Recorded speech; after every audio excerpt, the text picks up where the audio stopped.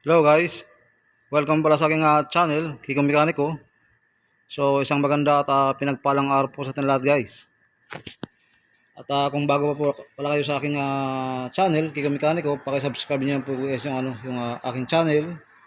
At paki-pindot na rin po yung notification bell para yung all po na notification bell para every time po na mag-upload ako ng new videos tungkol sa paggawa ng sakyan ma-update or ma-notify din po kayo guys. So patuloy ko na po guys yung pag-share ko sa inyo ng video tungkol dito sa ginagawa ko na Hyundai H1. So 2011 model po ito guys. Ito yung may issue guys na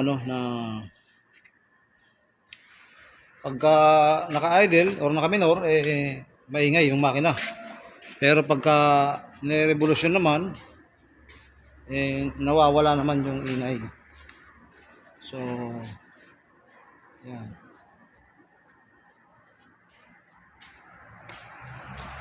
Hyundai H1 parang Starex po ito. Pang Starex po yung kaha niya guys. So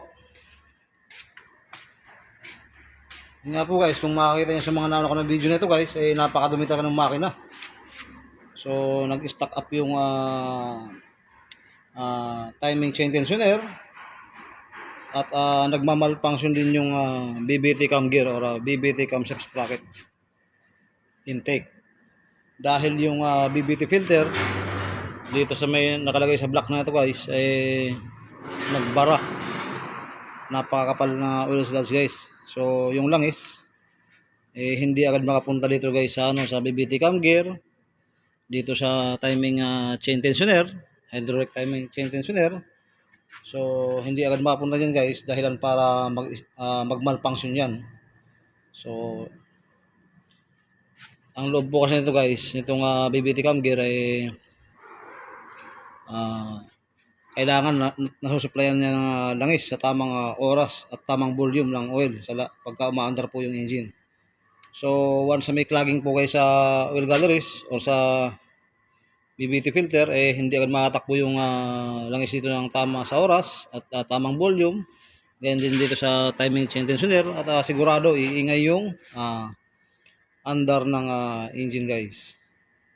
So at pagka sobrang kapal talaga ng oil sludge sa loob ng engine sigurado guys pwede pang maging dahilan ng pagkasira ng makina or pwedeng kumatok ang makina. So yan po yung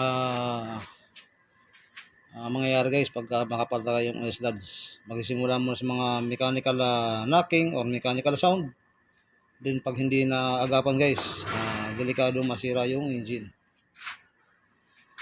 So tinaga ko po ito guys na kutkutin guys. Kung makita nyo naman, hindi naman masyadong 100% na malinis.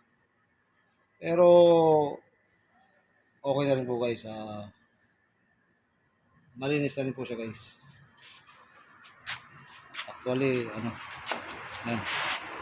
Medyo matagal po tayo magtrabaho pagka itong problema guys. Pagka sobrang makapal yung oil sludge. So tsatsagayin po talang kutkutin.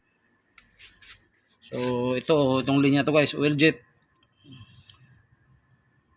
Tinanggal ko po yan, nilinisan ko din po yan guys. Napaka-importante niyan guys kasi ito yung bumubuga ng langis para dito sa timing chain.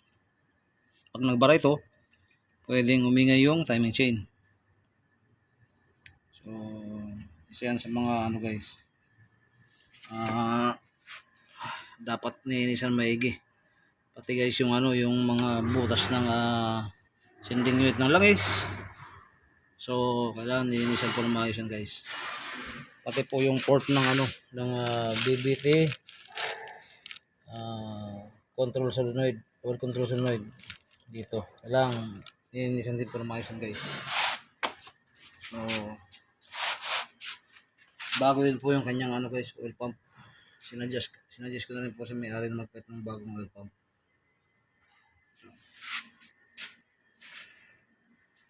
So sa ngayon guys, malapit na po itong mabuo. At mag-update na lang po ito sa panibago guys pagka Pagka nabuko na po ito, kung ano po yung magiging resulta ng trabaho po guys. So at least sa ngayon guys, napapakita ko po sa inyo kung paano yung diskarte. Pagka naka-encounter ng ganitong trouble na medyo naingay yung makina, at least pag napanood nyo po guys yung video ko, magkakaroon po kayo ng idea paano ayusin ang ganung problema.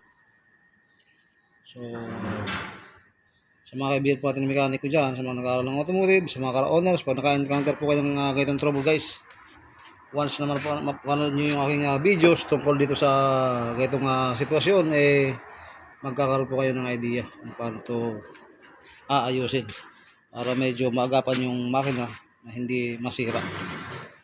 So yan. So ngayon guys, hanggang dito na po muna yung aking video at mag-update na lang po ito sa inyo ng panibago. So maraming salamat po guys. God bless.